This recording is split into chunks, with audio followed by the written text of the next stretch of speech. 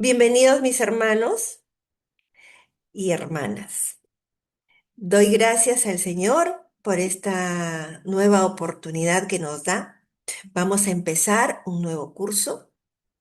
Este es un curso básico. Todos debemos conocer esta preciosa enseñanza y decirles pues de que en principio hay muchas cosas que tenemos que corregir hasta donde hemos aprendido.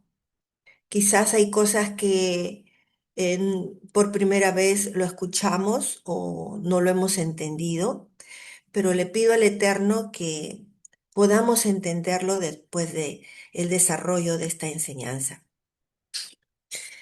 El tema o el cursito se llama ¿Qué es nacer de nuevo? Este tema del nacimiento nuevo se trata en todas las iglesias cristianas y cada iglesia lo enseña de una manera tal vez un tanto distinta según la tendencia que tenga.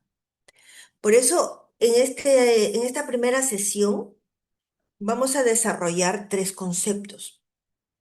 El concepto moderno, que comprende lo que se enseña en las iglesias, se enseñan en las distintas denominaciones actualmente. Luego el concepto del primer siglo, de qué es nacer de nuevo, y el concepto bíblico.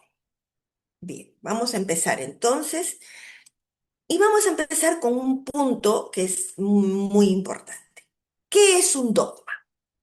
¿Se llama dogma o se llama doctrina también? ¿O se llama tendencia de una enseñanza o un sistema de pensamiento? Dogma es una doctrina, es una enseñanza o una forma de pensamiento que se nos comparte, que se nos enseña, ¿no? En donde cada iglesia, cada denominación o cada agrupación tiene la certeza de que es la verdad absoluta.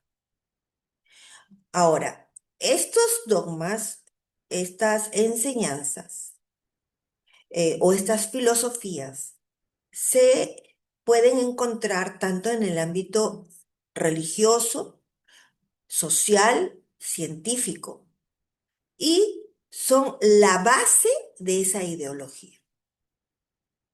Por ejemplo, en el área política podemos encontrar muchas tendencias políticas y cada una de ellas tiene su fundamento. Ese fundamento es lo que se conoce como dogma o doctrina. Bien, ¿qué importancia tiene saber esto? Es importante porque estos dogmas, digamos que son creados por el mismo hombre, son construidos para diferenciar una tendencia o para diferenciar una agrupación de otra.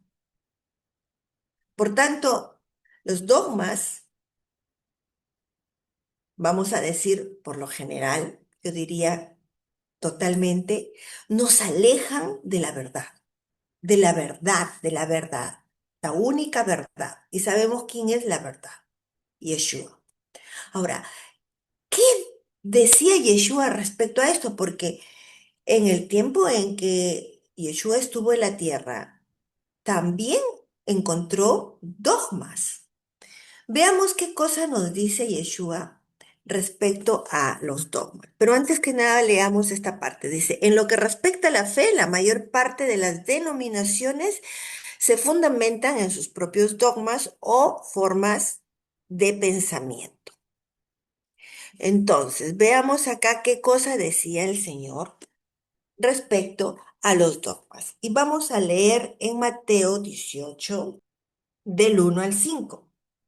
Dice así, en aquel tiempo los discípulos vinieron a Yeshua diciendo, ¿quién es el mayor en el reino de los cielos? Y llamando Yeshua a un niño, lo puso en medio de ellos y dijo, de cierto os digo, que si no os volvéis y os hacéis como niños, no entraréis en el reino de los cielos. Así que cualquiera que se humille como este niño, ese es el mayor en el reino de los cielos. Y cualquiera que reciba en mi nombre a un niño como este, a mí me recibe. ¿Qué nos quiso decir el maestro con esto? Sucede que cuando nosotros hemos sido formados bajo ciertas doctrinas, nos convertimos en personas duras a veces de corazón, porque no aceptamos la enseñanza, no escuchamos a Dios, nos alejamos de Dios cuando nos fundamentamos mucho en esos principios que en verdad no son principios eternos. Son principios que plantea la misma denominación, la misma tendencia. Entonces, el Señor aquí nos está diciendo que para venir a Él, para escuchar su voz, es necesario tener un corazón como el de un niño. ¿Cómo es el corazón de un niño? Un niño se acerca siempre a escuchar, a aprender y a creer. A veces queremos enseñar a las personas que ya se ven identificadas con alguna religión y cuando están muy, muy dogmatizadas, se hace difícil. ¿Por qué?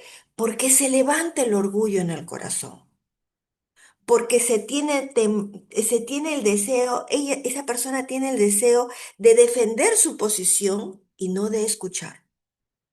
Una vez un pastor me decía, y es muy cierto.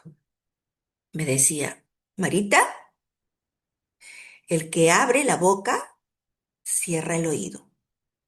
Y el que abre el oído, cierra la boca. ¿Qué quiere decir esto?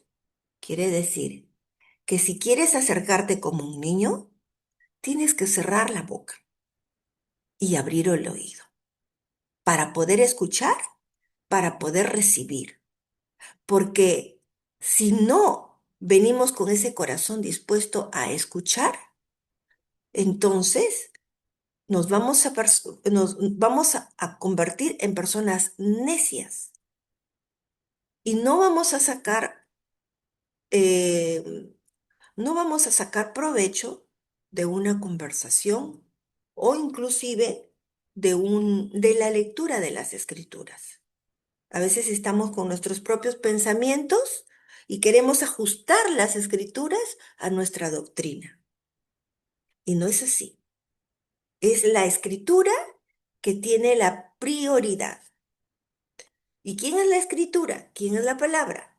Yeshua es la palabra. Por algo el Señor decía eso, que es necesario ser como un niño, porque ya había visto el orgullo que había entre los fariseos. Veamos entonces ahora cómo es ese concepto moderno que podemos ver en este tiempo. Yo más o menos lo he puesto por algunas religiones que son muy conocidas, ¿no? ¿Qué es nacer de nuevo, por ejemplo, para los católicos? Para los católicos, el nacimiento nuevo está en base al bautismo infantil. Em, recuerdo que el pastor Wycliffe, bueno, no era un pastor, era un sacerdote. En el tiempo en que el Señor le alumbró, en el tiempo en que el Señor le alumbró para, para darse cuenta de la verdad, este, luchó mucho con este tema del bautismo infantil. Él consideraba que no debería bautizarse a los niños. Sin embargo, esa tradición ha permanecido entre los católicos siempre. ¿Por qué? Porque ellos creen de que el bautismo es como, digamos, como hasta cierto punto como algo mágico, ¿no? Como algo mágico, como que nos quita el pecado original. Yo recuerdo que cuando era niña, mi abuela decía, o se bautiza ese niño, o si no va a ser un judío. Imagínense, ¿no? Ese niño tiene que bautizarse para que sea salvo, para que eh, no sea hijo del diablo. Y a veces lo decía de una manera muy penosa cuando mencionaba de que si no, va a ser judío. ¿No? Entonces, ¿qué importancia tiene entre los católicos el bautismo infantil? Porque, bueno, pues se ha convertido en parte de esa doctrina para ellos. Es un primer paso para ser cristiano, ¿no? Decían, ¿tu hijito ya es cristiano? No, todavía no se ha bautizado. Entonces tiene que bautizarse para que sea cristiano. Miren, ese es un dogma, por ejemplo. En cuanto a los mormones, ¿qué piensan los mormones respecto al nuevo nacimiento? Ellos consideran que el nuevo nacimiento es un proceso paulatino que empieza en el bautismo por inmersión. Ellos hacen esa diferencia con los católicos. Tiene que ser un bautismo por inmersión. Y a partir del bautismo por inmersión, esa persona va a ir en ese proceso de nacimiento nuevo. No siempre es así. ¿Verdad? Porque consideran de que ya el bautismo es un primer paso del, de la salvación. Y no puede ser de esa manera, porque somos salvos por gracia, no por obras. El bautismo es una obra. Entonces, en ninguna manera puede asociarse el bautismo con la salvación. Entonces, ellos consideran que es un proceso paulatino. Para los testigos de Jehová, es un cambio de condición espiritual, pero es exclusivo.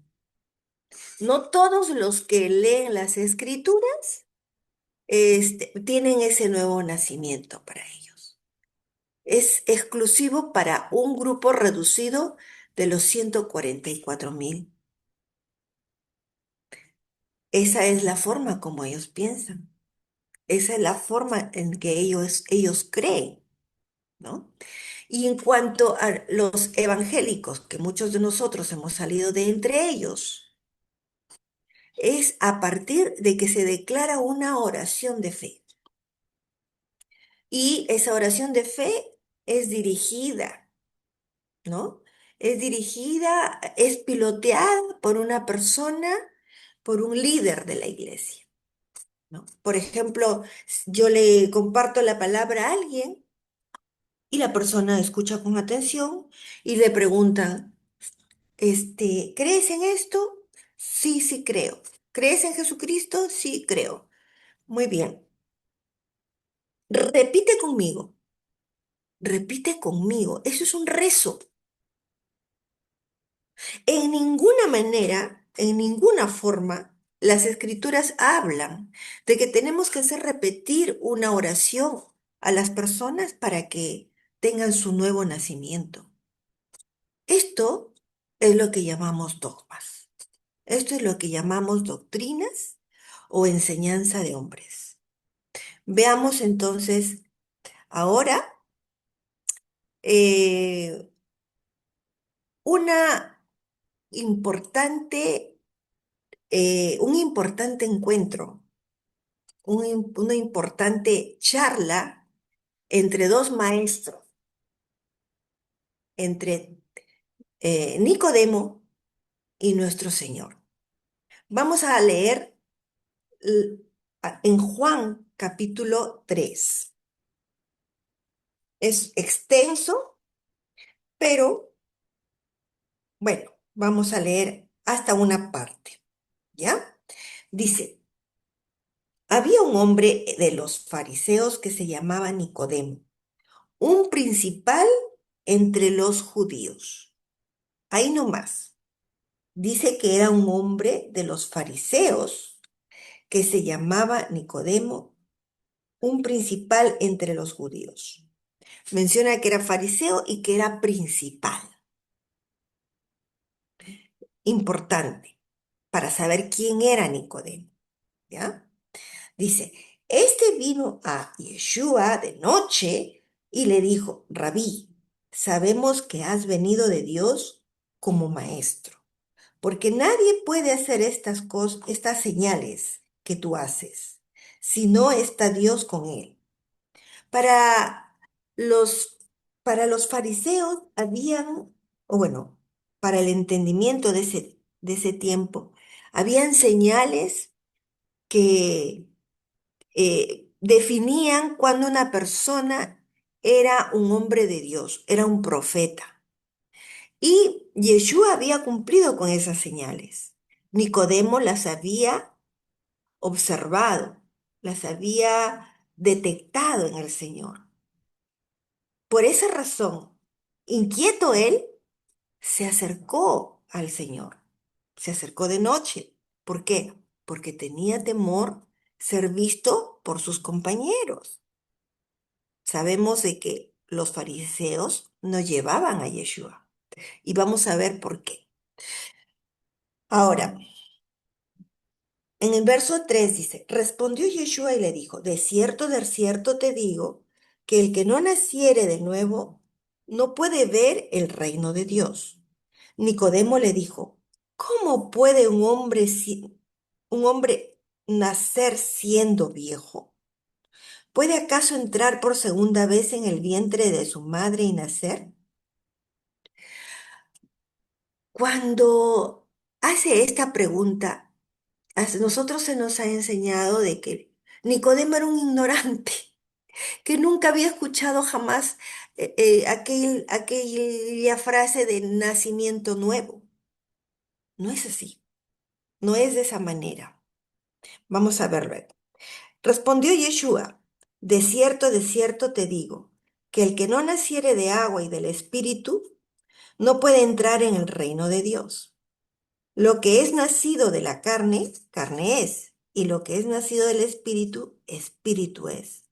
No te maravilles de que te dije, os es necesario nacer de nuevo. ¿Qué entendió Nicodemo por el nacer de nuevo? Él tenía un entendimiento. Ese entendimiento tenía una diferencia muy grande con lo que el Señor le quería manifestar en ese momento. ¿Qué entendía? Veamos. A ver, primeramente, ¿quién era Nicodemo? Nicodemo era un fariseo. La palabra fariseo viene del hebreo perushim. ¿Y qué significa separados? ¿Separados por qué? Ellos nacieron como un movimiento durante el período del Segundo Templo. Y ellos tratando de buscar la pureza religiosa frente a la invasión greco-romana. ¿Qué estaba sucediendo en ese tiempo? Cuando los griegos empezaron a dominar esa zona, empezaron a imponer sus creencias y sus costumbres. Y los fariseos surgen como ese movimiento para proteger sus creencias. Pero de tal manera lo hicieron que, que llegaron a desviar realmente, ¿no? Ellos querían mantener la pureza de su religión, pero esa religión que ellos querían mantener ya estaba contaminada con aquellas cosas que trajeron de Babilonia. Por tanto, lo que ellos trataron de mantener no era la fe en el eterno, no era la fe y la confianza y la autoridad de la Torá, sino era la autoridad de sus propias leyes, de su religión. Cada vez que se trata de imponer mandamientos y pensamientos y filosofías que nacen del corazón del hombre, estamos hablando de una religión, no estamos hablando de una carrera de fe. Veamos entonces aquí que ellos ponían por encima de la Torá, ponían a sus propias leyes, las leyes orales. Esas leyes orales que ya habíamos visto en la clase, en el curso anterior, que eran tradiciones, que eran leyes que ellos pensaban de que habían sido transmitidas de una generación a otra desde Moisés hasta en ese tiempo, este, eh, donde trataban de instruir cómo se deben cumplir los mandamientos, donde hacían interpretaciones de las escrituras que eran interpretaciones caprichosas realmente, por decir. A ver, estas leyes se dividían en dos tipos de, de- de leyes, también podríamos decir, ¿no? Las este, Hagadás y las... ya me olvidé. Bueno, una de ellas era que les explicaba cómo deben cumplir los mandamientos. Por ejemplo, si en el tiempo del exilio ellos no sabían ah, qué hierba, sí, qué hierba verde o qué hierba amarga podían comer en Pascua. Entonces preguntaban a un rabino y este rabino les decía, bueno, pueden comer tal lechuga, por decir, ¿no? Esa, considérenla una verdura o una hierba amarga. Entonces ya eso se convertía en un mandamiento. Ese tipo de lechuga tenía que comerse en Pascua. Ya se convertía en un mandamiento que tenía que seguirse, ¿no? Los otros tipos de leyes eran interpretaciones. Por ejemplo, ellos creían de que Moisés recibió las tablas de la ley y las rompió. Él tuvo que ascender al cielo y en el cielo le fue dadas otras tablas de la ley. Tuvo que subir al cielo para pedir nuevas tablas de la ley, ¿no? Y por eso es que en este pasaje de Juan, el Señor le dice esto a Nicodemo, muy importante, miren, ve. En el verso 10 dice, respondió Yeshua y le dijo, ¿eres tú maestro de Israel y no sabes esto? De cierto te digo, que lo que sabemos hablamos y lo que hemos visto testificamos, y no recibís nuestro testimonio. Si os he dicho cosas terrenales y no creéis, ¿cómo creeréis si os dijere las celestiales? Aquí, verso 13. Miren, nadie subió al cielo sino el que descendió del cielo, Yeshua, el Hijo del Hombre que está en el cielo. Allí el Señor estaba procurando destruir esa interpretación que tenían los fariseos acerca de las tablas de la ley. Por algo el Señor les dice, nadie subió al cielo. Moisés no subió al cielo como tú crees, Nicodemo, para traer nuevas tablas. Aquí en esta conversación que tienen los dos, el Señor Jesucristo, que es Dios mismo, empieza a destruir todas las galletas que tenía Nicodemo en la cabeza. Porque las doctrinas humanas no es otra cosa que galletas en la cabeza. Veamos entonces qué cosas es esa ley oral. Aquí he puesto, creían que Dios le entregó a Moisés en el Sinaí una ley oral. además de la escrita, la cual explicaba cómo cumplir los mandamientos en la vida diaria. Bueno, no vamos a ahondar un poco sobre lo que es esas leyes orales, pero en general podemos decir que son interpretaciones, que son mandamientos añadidos, ¿no? Este, ahora, ¿qué cosa esperaban los fariseos del Mesías que estaban esperando, ¿no? ¿Cómo ellos veían que iba a ser el Mesías? Dice que este Mesías tenía que ser un rey político y militar, descendiente de David, por supuesto, y que liberara a Israel de los romanos. Por eso es que a Yeshua no lo podían identificar como el Mesías, porque nuestro Señor vino a establecer su reino, a empezar su reino, digamos, ¿no? A sembrar su reino, no desde el ámbito político y militar, sino desde el corazón, una transformación del corazón. Pero como los fariseos eran duros de corazón, no podían entenderlo. Ahora, tenía que ser descendiente de David. Ellos consideraban que Yeshua no era descendiente de David, porque ustedes recordarán que Yeshua nació en Belén. Belén es la ciudad de David, ¿verdad?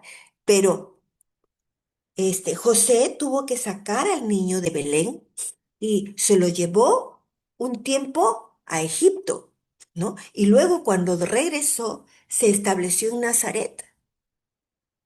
Entonces, los fariseos conocían a Yeshua como el Galileo.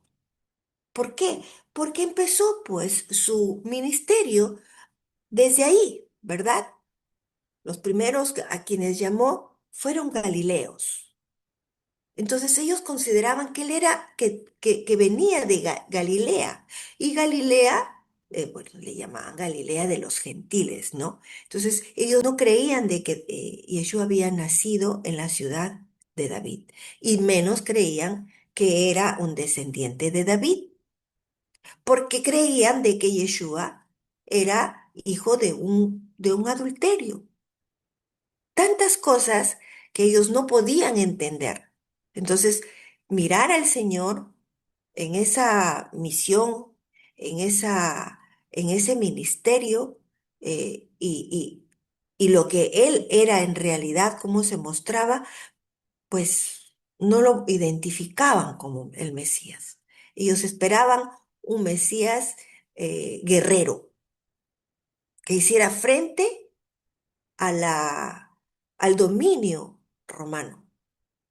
Además esperaban que él restaurara el reino terrenal y que exigiera el cumplimiento estricto de la ley de Dios según sus propias tradiciones, no la ley del Señor en realidad, sino la ley de sus tradiciones. Querían que el Mesías restableciera la religión judía. Restablecer el reino terrenal significaba, pues, de que ellos miraban el reino desde esta tierra.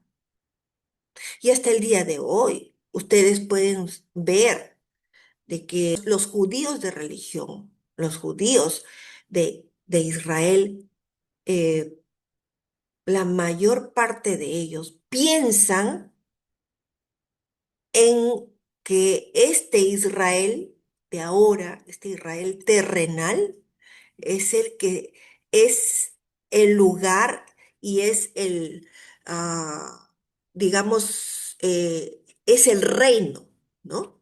Pertenece al reino del Señor. No consideran de que este reino terrenal pasará. El Señor vendrá a establecer su reino, pero no será necesariamente para los judíos, sino para un pueblo mucho mayor, mucho más numeroso. Los hermanos que creen en Yeshua, los judíos de nacimiento que creen en Yeshua, sí han entendido esto, para que no quede dudas.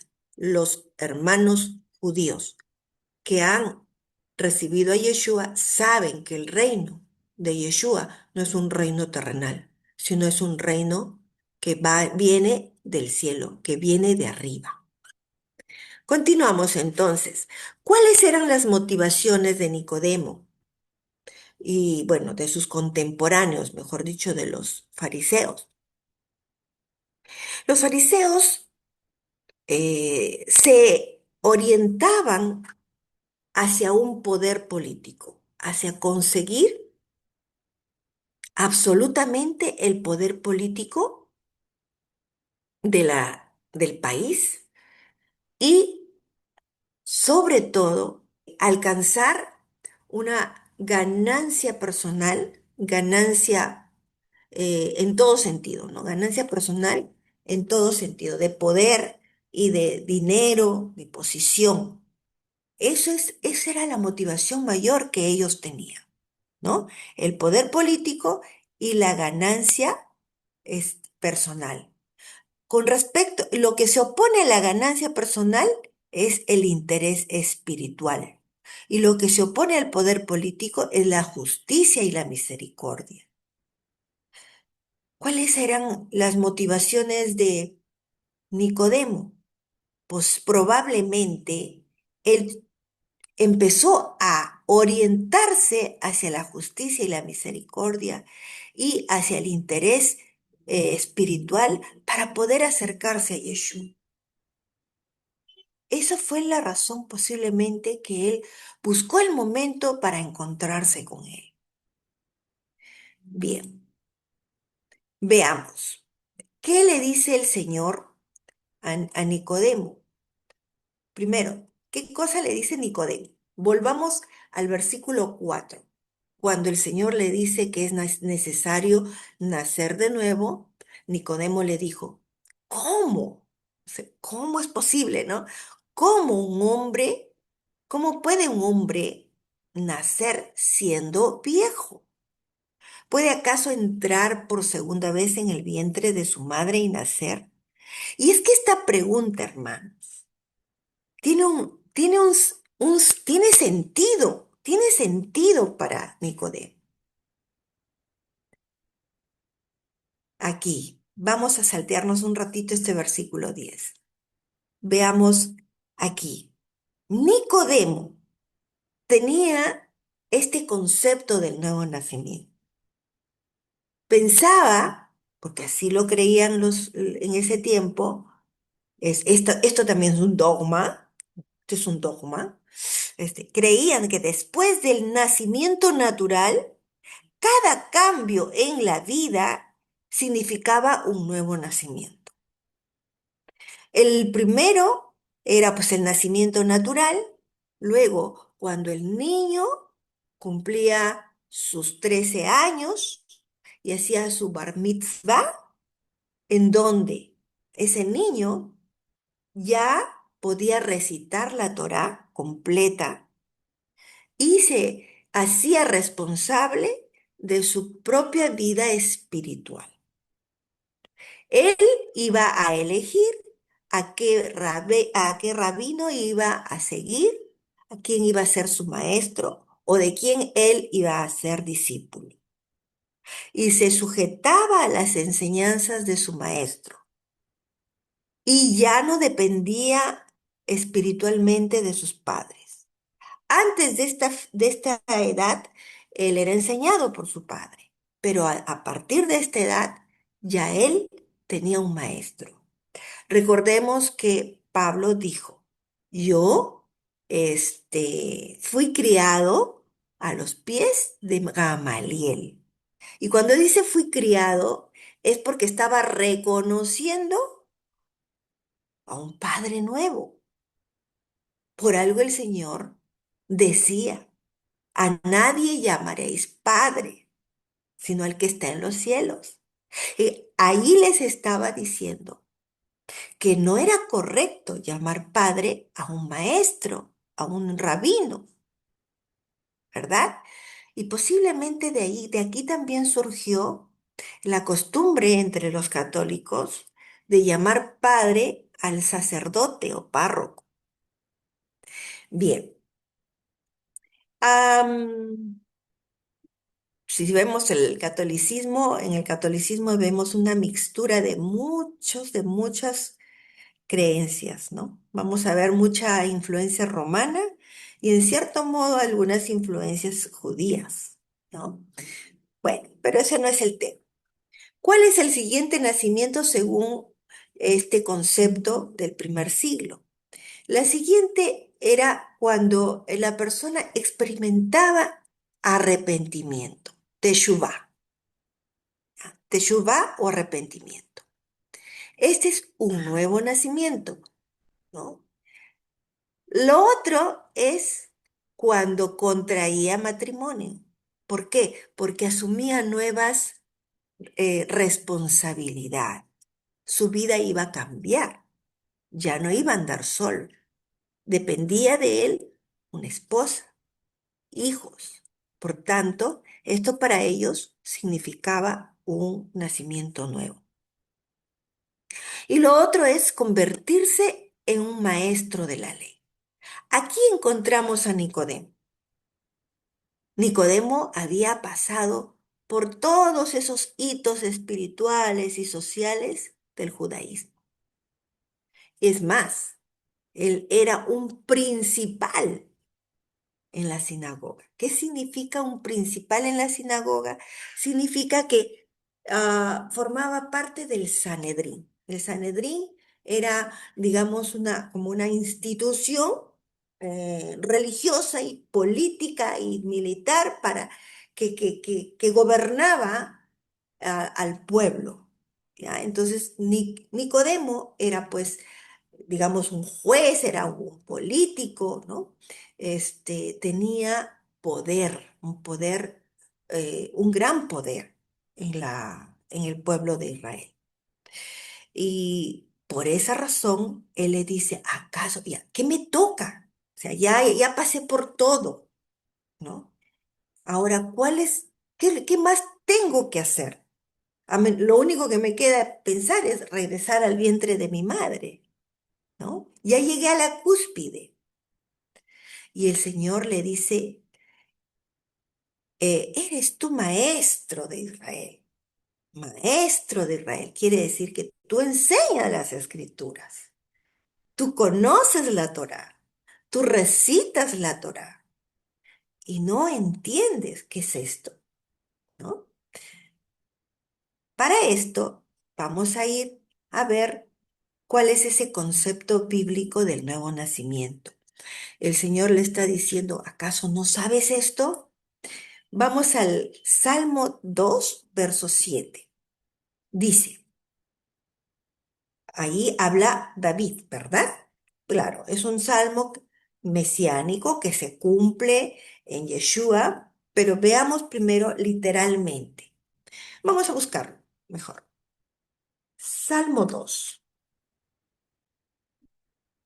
Voy a leerlo desde el primer versículo. Dice, ¿por qué se amotinan las gentes y los pueblos piensan cosas vanas? Se levantarán los reyes de la tierra y príncipes consultarán unidos contra Adonai y contra su ungido, diciendo, rompamos sus ligaduras y echemos de nosotros sus cuerdas. El que mora en los cielos se reirá, el Señor se burlará de ellos. Luego hablará a ellos en su furor y los turbará con su ira. Pero yo he puesto mi rey sobre Sión, mi santo monte. Yo publicaré el decreto. Adonai me ha dicho, mi hijo eres tú, yo te engendré hoy.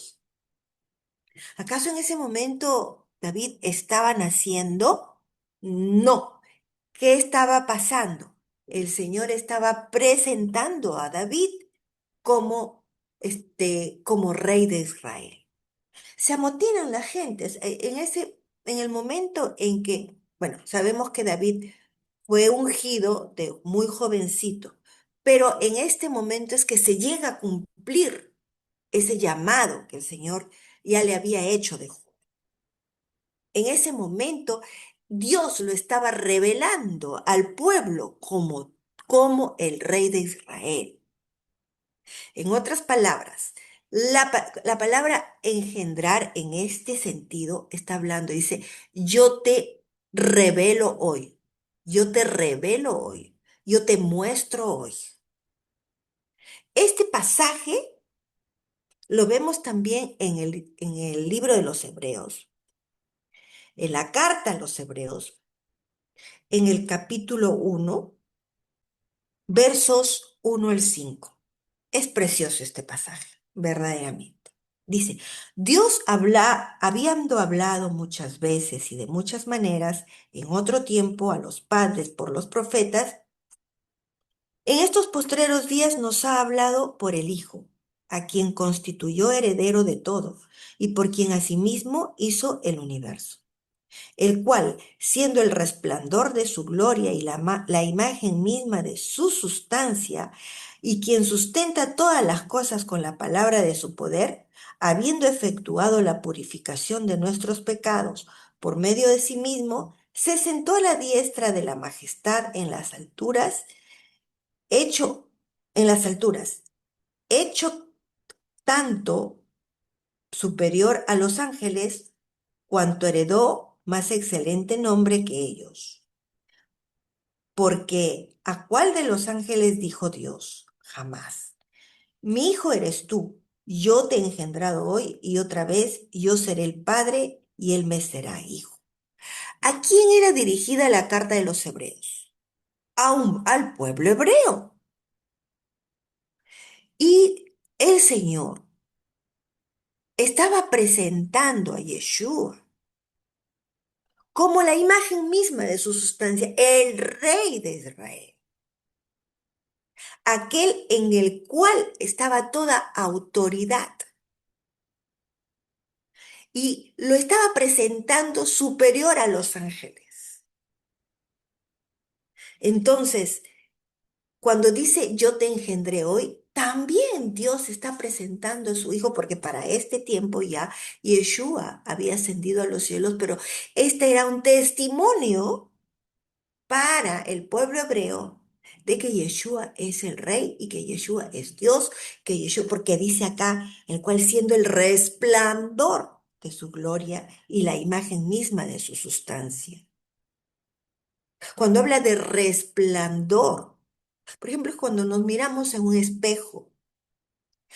¿Qué miramos al frente? Nuestra imagen. Yeshua es la imagen del Padre, su carácter, su santidad, su soberanía, pues estaba reflejada en la persona de Yeshua. Por eso dice el resplandor de su gloria y la imagen misma de su sustancia, ¿verdad? Entonces, no sé si es prudente hacer otro ejemplo acerca de esto. Cuando tomamos un café, cuando tomamos un café, pasamos el café en esas cafeteras gota a gota. ¿Qué es ese café que ha sido pasado? Es la sustancia, ¿verdad? Es la sustancia de la planta, del arbusto. O sea, todo lo que es el arbusto, las flores, el cerezo mismo, el tratado, todo está ahí. Todo está puesto ahí, porque en este café, la calidad de ese café va a revelar inclusive en qué campo fue cultivado, si podemos entenderlo mejor así. Yeshua, la sustancia del Eterno. ¿Bien? Veamos algo más. Aquí, la palabra engendrar viene del hebreo yalat y significa, o en el sentido de mostrar. En los pasajes que hemos visto, Dios muestra a Yeshua como el Hijo. Y también Dios muestra a David como rey de Israel y nace en su nueva responsabilidad. Leamos Mateo 1. Vamos a ver el verso 1. Aquí en este capítulo 1 hasta el capítulo 17 o 18, ¿no? Nos habla de la genealogía del Mesías. Entonces, mirando acá el verso 1 dice, libro de la genealogía de Yeshua el Mesías, hijo de David, hijo de Abraham. Y veamos el versículo 16. Dice, hace toda esa relación primero, no, veamos el verso 2 dice, Abraham engendró a Isaac, Isaac a Jacob, Jacob a Judá y a sus hermanos, Judá engendró a Tamar y así continúa hasta el verso 16 donde llega a Jacob, el padre de José, dice, Jacob engendró a José. Hasta allí, todos de todos, dice, fulano engendró a fulano o fulano engendró a Mengano, ¿no es cierto? Pero ¿qué pasa cuando llega a Yeshua?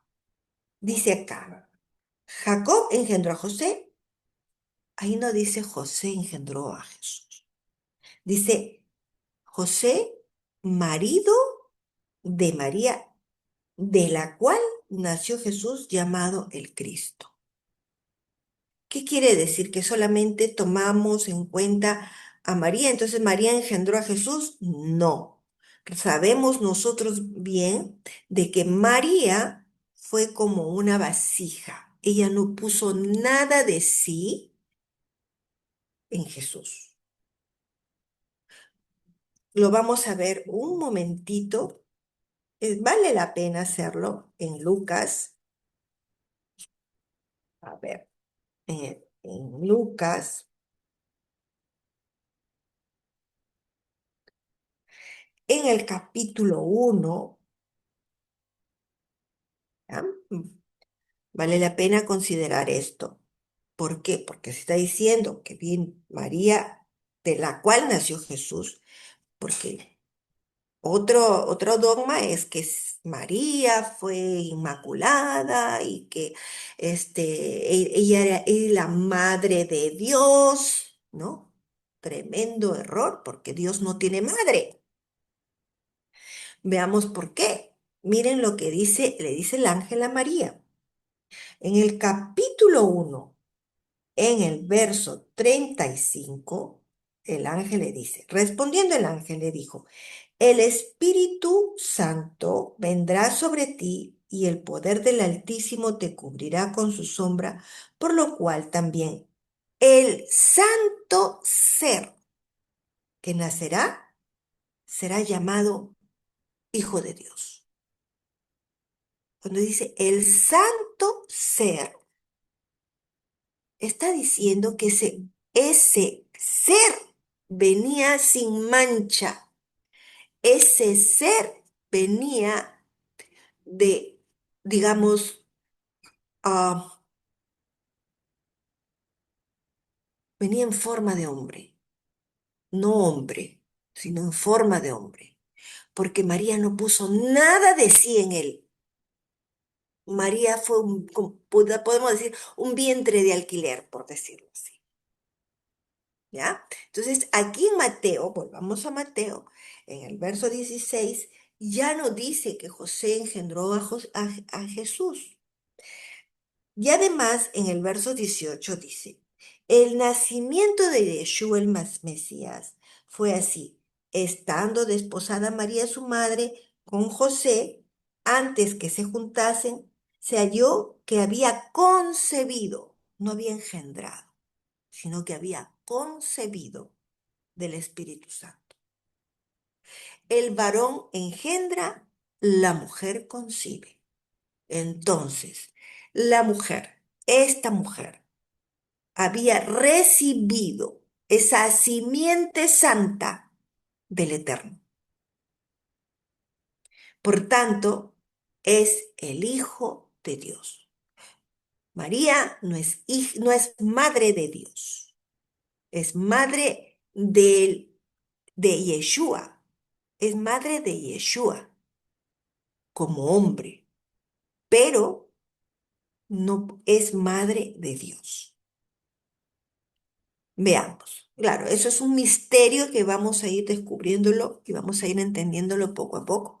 Pero si ya lo hemos entendido, enhorabuena para que esas galletitas que todavía teníamos en la cabeza de que María es madre de Dios, pues que ya vayan saliendo, ¿no? Ahora, ¿qué debía conocer Nicodemo? Además, vamos a ver en Eclesiastés capítulo 1, versos 1 al 9. Eclesiastés. Verso 1 dice, palabras del predicador, hijo de David, rey de Jerusalén. Vanidad de vanidades, verso 2. Dijo el predicador, vanidad de vanidades, todo es vanidad. ¿Qué provecho tiene el hombre de todo su trabajo con que se afana debajo del sol? Generación va y generación viene, mas la tierra siempre permanece. Sale el sol y se pone el sol, y se apresura a volver al lugar de donde se levanta. El viento tira hacia el sur y rodea al norte, va girando de continuo y a sus giros vuelve el viento de nuevo. Los ríos todos van al mar y el mar no se llena. Al lugar de donde los ríos vinieron, allí vuelven para correr de nuevo. Todas las cosas son fatigosas, más de lo que más de lo que el hombre puede expresar. Nunca se sacia el ojo de ver ni el oído de oír. ¿Qué es lo que fue?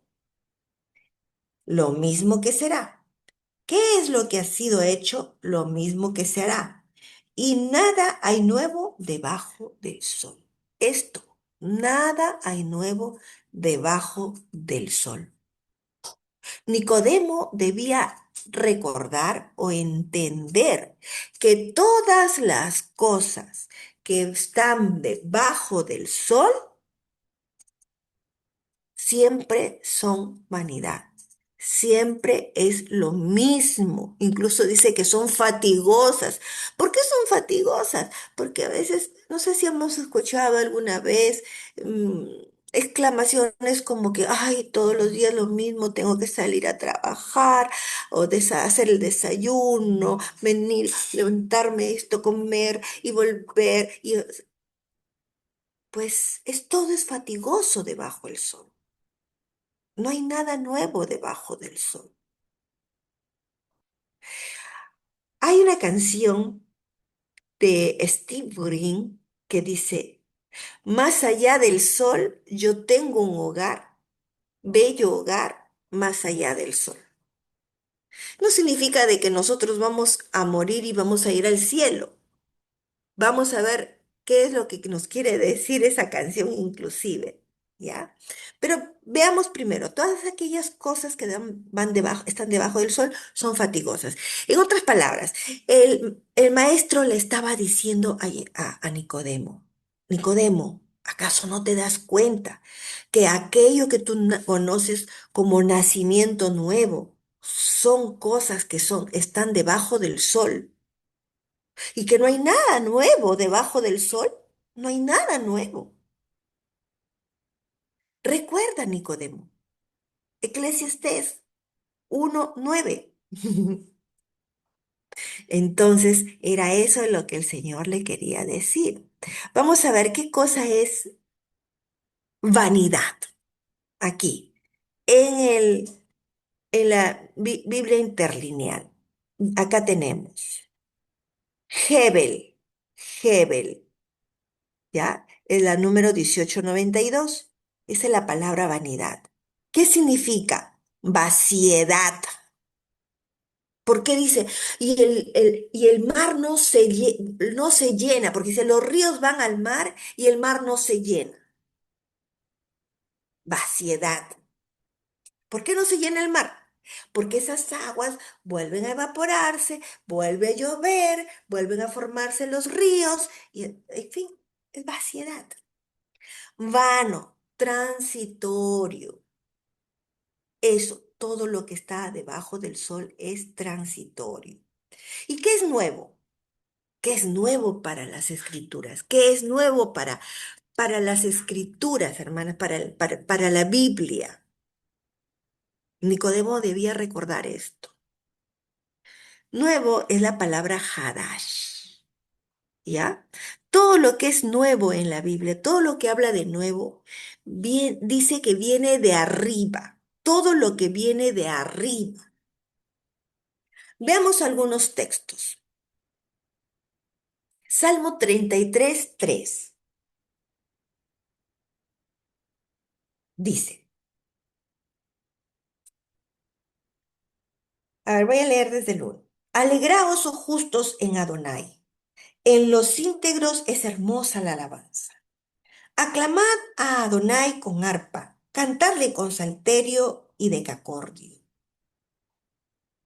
Cantadle cántico nuevo. Hacedlo bien, tañendo con júbilo. ¿Qué es el cántico nuevo? El cántico nuevo es todo aquello que viene del Espíritu de Santidad.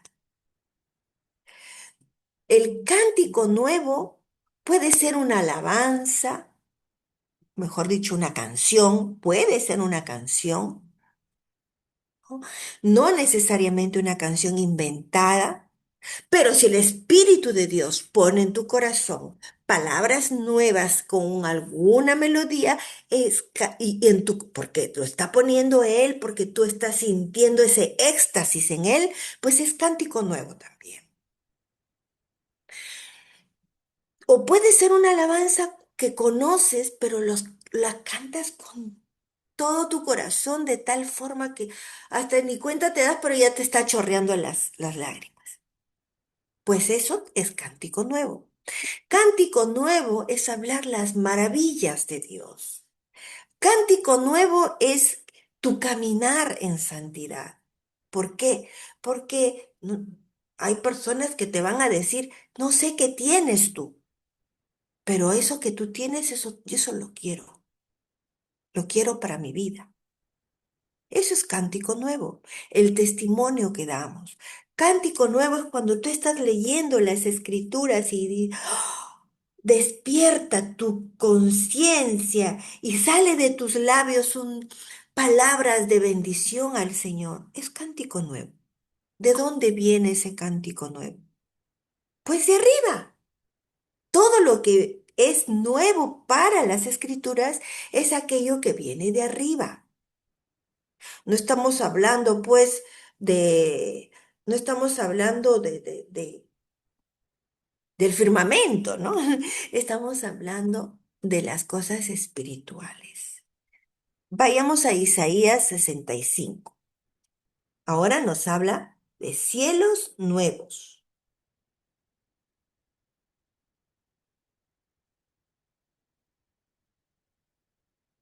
Isaías capítulo 65, verso 17.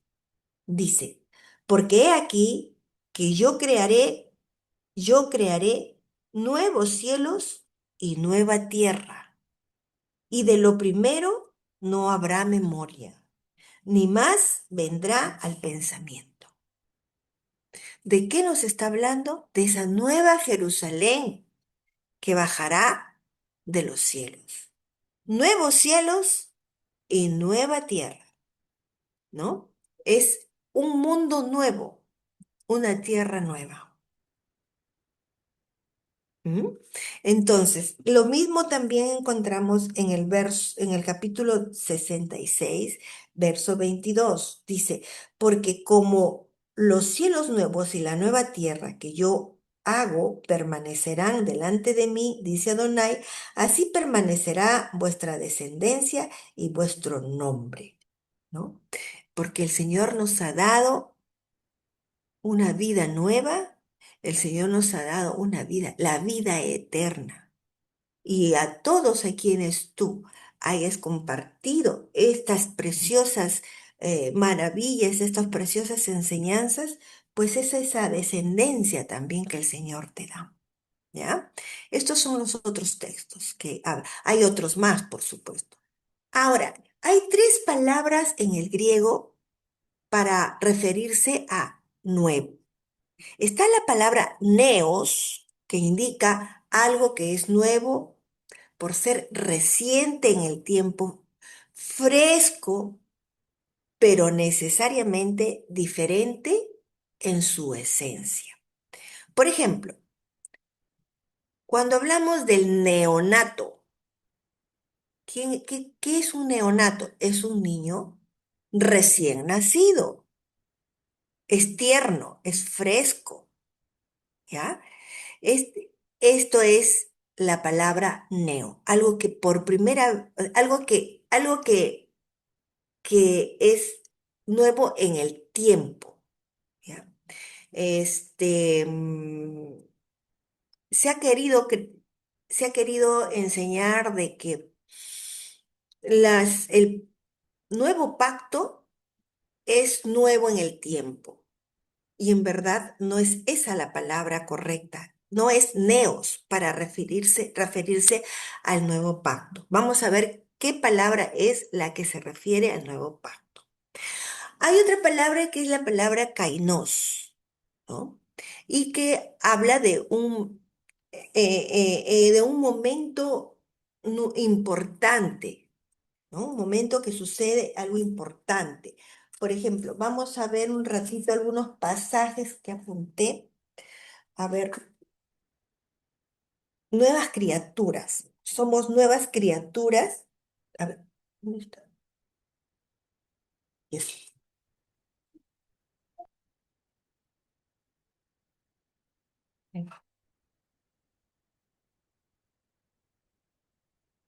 Sí, un ratito en Segunda de Corintios capítulo 5.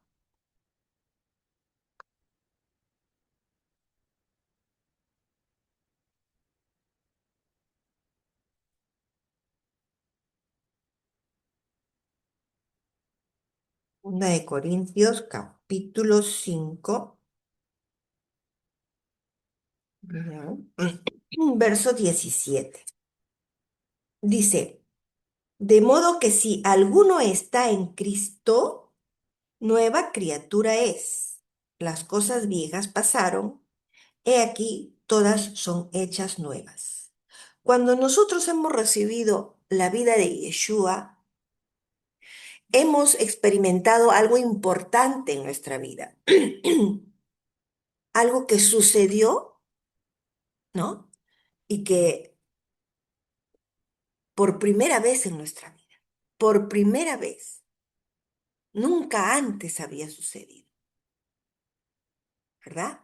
Eso es la palabra kainos. Y hay otra palabra que es la palabra anocen, que significa que es algo que viene de arriba, desde el cielo. Ese es su origen, ¿ya? Vamos a verlo aquí en el Strong, anotzen, significa de arriba, por analogía del primero, por implicación de nuevo. Viene de lo alto, de arriba, de nuevo, desde su origen, desde el principio. Entonces, cuando hablamos entonces, nacidos de arriba, nacidos de nuevo es nacidos de arriba. Un ejemplo es el nacimiento de Isaac. El nacimiento de Isaac fue un nacimiento muy peculiar, muy particular, muy especial. Vamos a leer un ratito Romanos 9 del 6 al 8. Romanos 9 del 6 al 8. Dice, no que la palabra de Dios haya fallado, porque no todos los que descienden de Israel son israelitas, ni por ser descendientes de Abraham son todos hijos, sino en Isaac te será llamada descendencia. Esto es, no los que son hijos según la carne, son los hijos de Dios, sino que los que son hijos, según la promesa, son contados como descendientes. Aquí Pablo está haciendo una diferenciación entre los israelitas nacidos de la carne y nosotros, nacidos del Espíritu. El Israel terrenal y el Israel de Dios. Veamos por qué. Cuando dicen Isaac te fue llamada descendencia, vemos que este par de ancianos naturalmente nunca podrían haber tenido un hijo, porque ya el tiempo de cada uno, bueno, de la mujer sobre todo, ya había pasado. Pero esto fue un milagro, vino de arriba. Ese nacimiento de Isaac no significa que el Señor, este, como, de la misma forma como hizo con Yeshua, hizo con Sara, perdón, de la misma forma como hizo con María, hizo con Sara. No, sino que el Señor estaba en su poder que Sara pueda producir un óvulo y este, sea engendrado, ¿no? Entonces, esto fue algo que vino de arriba porque fue un milagro. Tu salvación, mi salvación ha sido un milagro. Porque pongámonos a pensar, estando donde estábamos, si no hubiera sido por la obra de Dios, nunca estaríamos aquí. Nunca podríamos haber entendido las cosas celestiales. Nunca podríamos haber sido transformados de la forma como hemos sido transformados. Entonces, no puede ser otra cosa que algo que vino de arriba. Y eso es lo que le está diciendo Pablo a los judíos que estaban en Roma. Ustedes no son pueblo de Dios porque son descendientes carnales, naturales de Abraham. Us- El pueblo de Dios es el pueblo que es por la promesa. Es el pueblo, son hijos de la promesa. Son descendientes por la fe. Por tanto, nosotros formamos parte de ese pueblo. Ahora, repasando lo que acabo de decir, Sara era estéril. Sara había perdido la costumbre de las mujeres y Abraham era demasiado mayor. Así que era imposible el nacimiento de Isaac por voluntad humana. Él nació directamente de Dios. Y repito, cuando digo directamente de Dios, no significa que Dios haya hecho como hizo con María. Isaac fue hijo de Sara y de Abraham, pero fue concebido, fue engendrado y concebido por una obra celestial, por algo que vino de arriba. Ahora, ¿cómo nacemos nosotros? Vamos a leer Juan, nuevamente regresamos al Evangelio de Juan, al capítulo 3, y vamos a leer verso, perdón, capítulo 1, verso, aquí en el capítulo 1 vemos que Juan presenta al Señor, ¿no? Como el Verbo. Presenta al Señor como el Verbo, lo presenta como la vida, lo presenta como la luz, ¿verdad? Ya. Ahora, dice, hay una condición para ser hijos de Dios, ¿no? Vamos a leer desde el verso 11. Dice, a los suyos vino y los suyos no le recibieron, mas a todos los que le recibieron, a los que creen en su nombre, les dio potestad de ser hechos hijos de Dios. Les dio derecho de ser hijos de Dios. los cuales no son engendrados de sangre, ni de voluntad de carne, ni de voluntad de varón, sino de Dios. Somos hijos de Dios por la voluntad suprema, por la voluntad de Dios. Por eso tenemos tanto que agradecer al Señor. De verdad, tenemos tanto que agradecer al Señor. Yo también pues, me pienso muchas veces, ¿qué hubiera sido de mí si no hubiera conocido a mi Señor? Terrible, terrible, no quiero ni pensarlo. Pero ahora el Señor ha puesto vida en mi vida, ha puesto vida en tu vida. Esa vida para producir más vida. Tú vas a ser el agente para que Dios engendre más hijos. Qué bello, qué precioso. Pero nunca olvidarnos de que el Padre es Él. Aquí no hay madre, sino Padre. El origen es Él. Bien. Y vamos a terminar con este pasaje. Volvamos a Juan capítulo 3. Y vamos a leer desde el verso 16 hasta el verso 20. 21. Dice, mire, un poquito antes tal vez, ¿no? Am, Desde el verso 13 que leí hace un momento. Nadie subió al cielo sino el que descendió del cielo, el Hijo del Hombre que está en el cielo.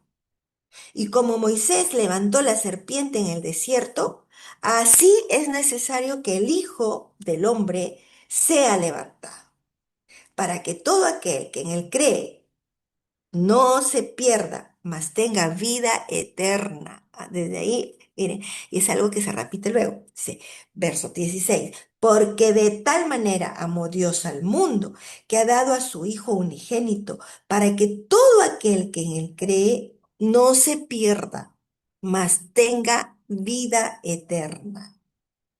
Porque no envió Dios a su Hijo al mundo para condenar al mundo, sino para que el mundo sea salvo por él. El que en él cree no es condenado, pero el que no cree ya ha sido condenado, porque no ha creído en el nombre del unigénito Hijo de Dios. Y esta es la condenación, que la luz vino al mundo y los hombres amaron más las tinieblas que la luz porque sus obras eran malas. Porque todo aquel que hace lo malo aborrece la luz y no viene a la luz para que sus obras no sean reprendidas. Mas el que practica la verdad viene a la luz para que sea manifiesto que sus obras son hechas en Dios. Nacer de nuevo.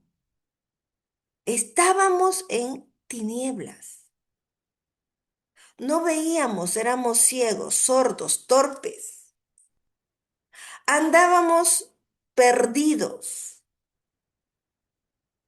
extraviados, envueltos en nuestros delitos y pecados. No teníamos conciencia de nuestra condición en pecado, pero la luz vino. Vino de lo alto, vino de arriba. Y esa luz nos ha dado un nuevo nacimiento. Por eso cuando las mujeres paren, se dice, ha dado a luz. Nos habla de la luz. Y por esa luz podemos entender. La luz vino al mundo, la vida, pero no todos la recibieron. Porque lo natural es que el hombre ame las cosas de las tinieblas y no la luz. Si la luz ha venido a nosotros, ha venido el entendimiento, has nacido de nuevo. No es necesario que realices obras, cosas que en tu iglesia, en otras iglesias, te dicen que hagas para nacer de nuevo. El bautismo no te da el nuevo nacimiento. Los cursos no te dan el nuevo nacimiento. El nacimiento es una obra del Eterno. Es un milagro. Y por eso hemos de vivir agradecidos, caminando en la luz, no apartándonos de ella. Que el Señor les bendiga. Shalom.